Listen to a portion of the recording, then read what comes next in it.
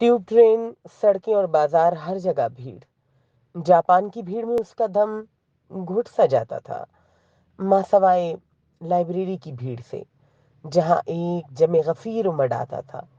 मगर वो अपनी टेबल पर खामोशी और सुकून से मुताले में मशगूल रहता। प्रोजेक्ट की तकमील पर जब वो पेशावर की सरजमीन पर 4 साल बाद उतरा, तो उसका दिल खुशी से झूम उठा था।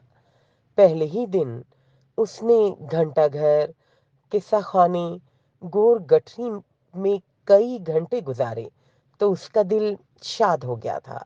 आर्काइव लाइब्रेरी में एक ही हफ्ते में उससे एहसास हो गया था कि यहाँ शाज़ो नादिर ही लोग आते हैं। किस्सा ख्वानी बाजार की जायका चावल की दुकान पर इतना रश था कि उसकी भूख भी चमक उठी, और वो भी पुलाव खाने कतार में खड़ा हो गया था।